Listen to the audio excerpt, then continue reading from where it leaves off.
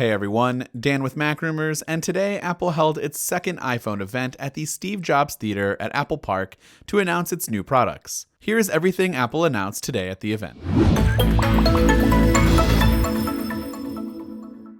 Jumping right into new hardware, Apple focused on only two products today, the Apple Watch and the iPhone. Starting with Apple Watch, Apple unveiled its latest generation, the Apple Watch Series 4.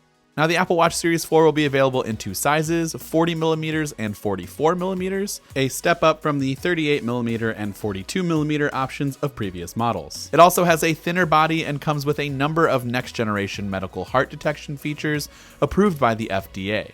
The screens are 30% larger than previous models, and Apple has redesigned the UI to take advantage of the extra screen real estate. Watch faces can now show up to 8 different complications at once, and native apps can show a lot more information too.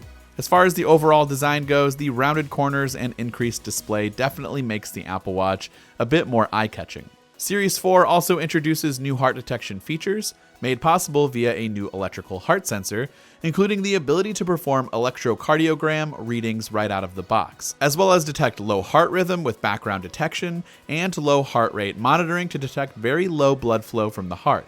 Despite the new tech, battery life remains on average the same as the previous generation Apple Watch, while running enthusiasts can now look forward to 6 hours of battery life when reusing outdoor workouts.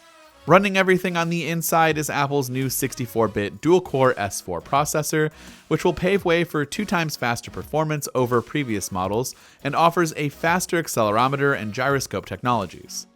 All of this tech also makes way for a new feature in which the Apple Watch is able to detect when a physical fall has occurred and can call for help automatically if the watch detects no movement up to 1 minute after the fall. Apple Watch Series 4 pricing starts at $399 for GPS and $499 for LTE, while the Series 3 continues to be available but at a new lower price of $280. Orders for the new models and new bands open Friday, September 14th, with availability beginning Friday, September 21st. Finally, moving on to the main event, Apple introduced 3 new iPhones for 2018. As we expected, those iPhones are the 5.8-inch and 6.5-inch XS and XS Max, as well as the 6.1-inch iPhone XR. As far as the new iPhone XS models go, not a lot has changed in terms of design. The iPhone XS models have the same design as the iPhone X from 2017, with an edge-to-edge OLED display, greatly reduced bezels, and a notch that houses the front-facing True Depth camera system. The iPhone XS is the direct iPhone X successor and measures in at 5.8 inches, while the XS Max is Apple's biggest iPhone yet at 6.5 inches.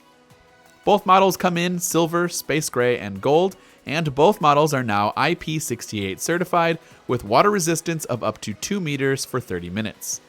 As far as battery life goes, Apple also states that the iPhone XS will have battery life up to 30 minutes longer than the iPhone X, while the XS Max can see battery life of up to an hour and a half longer than the iPhone X. In terms of the processor, Apple's new A12 Bionic features a 6-core Fusion architecture with 2 performance cores and 4 efficiency cores, as well as a 4-core GPU, video encoder, signal processor, and more. All of this comes in as much as 50% faster and more efficient than last year's iPhone X, enabling new experiences in gaming, photography, video editing, and more. The camera on the XS includes advanced depth segmentation, smart HDR, and advanced bokeh quality in portrait mode photos, and dynamic depth of field that you can adjust after you take the photo.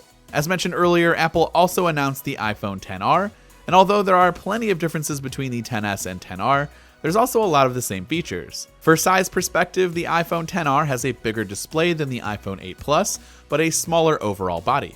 As far as the display goes, the 6.1-inch LCD, or what Apple is calling its liquid Retina display, is a bit of a step down in quality compared to the iPhone XS and XS Max. Apple did remove 3D Touch on the XR, but replaced it with a new feature they call Haptic Touch, similar to what can be found on the MacBook Pro trackpads.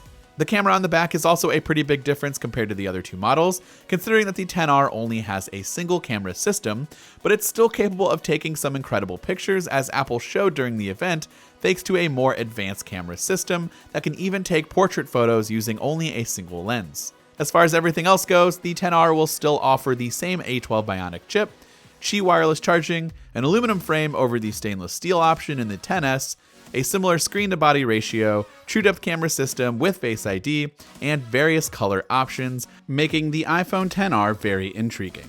The iPhone XS and XS Max will be available in 64, 256, and 512 gigabytes of storage, and will start at $999 for the 64 gigabyte model, while the iPhone XS Max will start at $1,099 for the 64 gigabyte model. You'll be able to pre-order these smartphones on Friday, September 14th, ahead of the launch on Friday, September 21st, in more than 30 countries and territories.